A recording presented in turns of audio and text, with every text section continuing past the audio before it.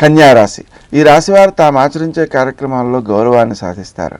ఇతరులకు మేలు చేయడం కోసం మీ ప్రయోజనాలను కూడా విడనాడి వారికి సహకరిస్తారు. అది మీకు గౌరవాన్ని ఇచ్చేదిగా ఉంటుంది.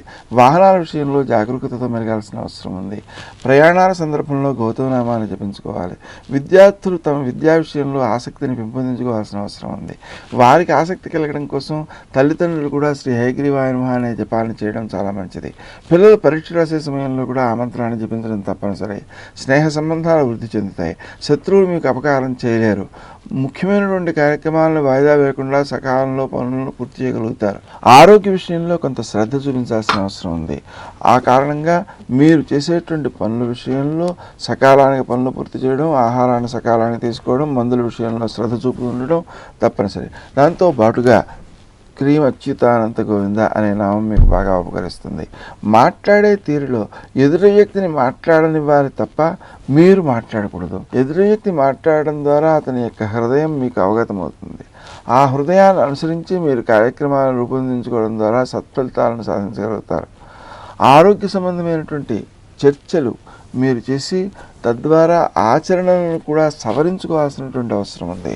ఆత్మీయుల యొక్క సలహాలను, వైద్యుల యొక్క సలహాలను తీసుకోవడం తప్పనిసరి. ముఖ్యమైనటువంటి కార్యక్రమాల విషయంలో శ్రీ రాజమాతంగి నమః మీకు బాగా ఉపకరిస్తుంది.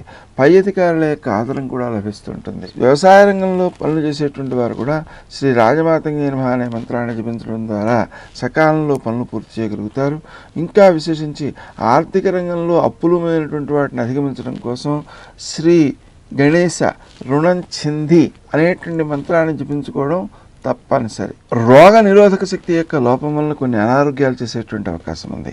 వాతావరణంలో మార్పులు వచ్చినా తీసుకునేటువంటి నీరు, ఆహారం అయినటువంటి వాటి ద్వారా కానీ రోగాలను మనం పెంపొందించుకునే అవకాశం ఉంది. ఈ దోషాన్ని అధిగమించడం కోసం ఒక 3 లీటర్ల నీళ్ళల్లో ఒక మారేడు దళము, తులసి దళము, నిమ్మ చెక్క వేసి ఎక్కువసార్లు నీటిని స్వీకరించడం ద్వారా ఆరోగ్య సమస్యలు మీరు త్వరితంగా అధిగమించగలుగుతారు.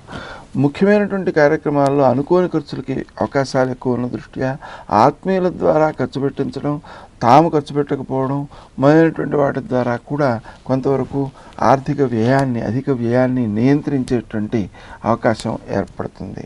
శత్రువులు మీకు అపకారం ఏం చేయలేరు. మీకు ఉపకరించడం కోసం మీ ద్వారా ఎక్కువ ప్రయోజనాలను సాధించడం కోసం మీ ఆత్మీయులు మిమ్మల్ని వినియోగించుకుంటూ ఉంటారు. దాన్ని కూడా మీరు సహించి ఓర్పుతో పరిశీలించడం చాలా అవసరం. మీ కార్యక్రమాలు తరువాత కాలంలో నెరవేర్చుకున్నప్పటికీ కూడా మీరు నష్టపోరు.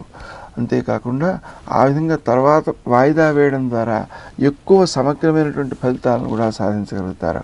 స్నేహ సంబంధాలను వృద్ధి చేసుకోగలుగుతారు. వారం ప్రారంభంలో మీకు నచ్చిన వస్తువులను కొనే నిమిత్తమై వస్తువు యొక్క విలువ కంటే ఎక్కువ ఖర్చు పెట్టేసేటువంటి ప్రమాదం ఉంది. ఆ విషయాన్ని మీరు దృష్టిలో పెట్టుకుని ఆత్మీయులతో సంప్రదించి కొనడం కానీ, ఆత్మీయుల ద్వారా కొనిపించడం కానీ మేలు చేస్తుంది.